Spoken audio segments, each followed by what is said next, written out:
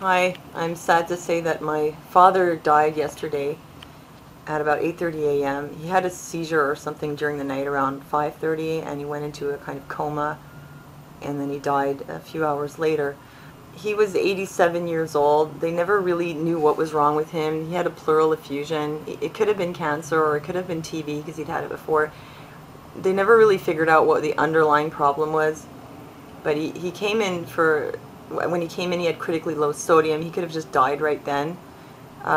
So I feel like my prayers have been answered, even though he died, which some people may find hard to understand. But, he was almost 88.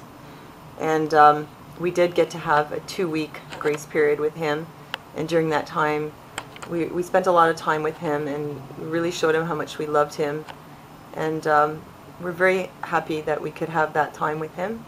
And he was in the ICU for part of it, but he was okay for a lot of it too.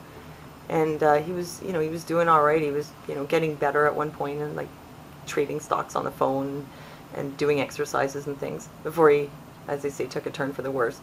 And then he died in his sleep. So you do have to die sometime, and I think everybody hopes that they're going to die in their sleep at an old age, and that's basically what happened. So I still thank God for that he died that way, and for the time that we did have with him. And also, my father was quite old when I was born, so I feel very fortunate to have had him in my life as long as I did. And I'm very happy that he lived to see the birth of my son and my brother's daughter, and to see us graduate college. And he had a really great life. I mean, he really did. He especially since he came to Canada, he traveled a lot, and he had a wonderful relationship with my mother. They loved each other a lot. And he was a happy person. He loved trading stocks, and he did that all the time on the internet at like 80-something years old. And he was a great guy, and he was very fit. He was still exercising and going hunting with my brother and stuff, even in his 80s. So, what more can you ask for? And he was spending a lot of time in Vermont on their property, outside in the garden and doing things. So, he, even this summer, so right till the end, he was living a very full and happy life, and he died in his sleep. So just to tell you what happened when he went in. Okay, he had a pleural effusion. They didn't know what was causing that. He came in for low sodium. It took the doctors a couple days before they gave him salt, which he needed. During that time, he had a seizure from the low sodium, and during the seizure, he aspirated something into his lungs, and he got pneumonia from that. Well, they took him to the ICU, where he recovered from the sodium imbalance. But when he came back up, they had to treat this pneumonia, and they gave him 2 antibiotics. One was a regular penicillin type antibiotic, IV, and the other one was Cipro, which I didn't know until, maybe a couple days ago. Well, when he came out, he was doing a lot better. Like I said, he was walking around and he was doing things, and he seemed okay, and the lady in the next bed thought he was a big faker. And then I noticed that just a couple days before he died, he was really restless, and it wasn't like, okay, he wasn't delusional or delirious or anything. It wasn't like agitation when you're old and you're delirious. This was like he was having a constant panic attack, and it was really awful.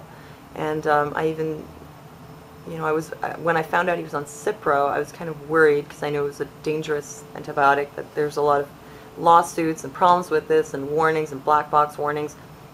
So I went and looked into it, because he's epileptic, and it's very dangerous for epileptics to be on Cipro. It can do something to their brain that inhibits GABA, so you could basically have like extreme restlessness, anxiety, and seizures.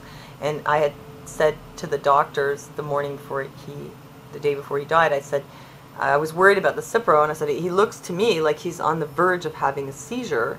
And does he really need to be on Cipro? And they said no, it was just standard protocol, but it wasn't matched to the type of bacteria he had in his lungs. So, and they were concerned about what looked like he was having side effects from it. So they took him off the Cipro. I just want to let people know that, if anybody offers to give you Cipro, seriously look into it. Make sure it's absolutely necessary for it to be that antibiotic, because it's a very dangerous, very toxic drug. When he died, the doctors, admitted it could have been the Cipro that gave him a seizure, but they said it could have been a pulmonary embolism or some gastrointestinal bleeding, which wasn't very reassuring to me, because those are also side effects from Cipro. He also had blood in his urine. That's also sometimes a side effect from Cipro.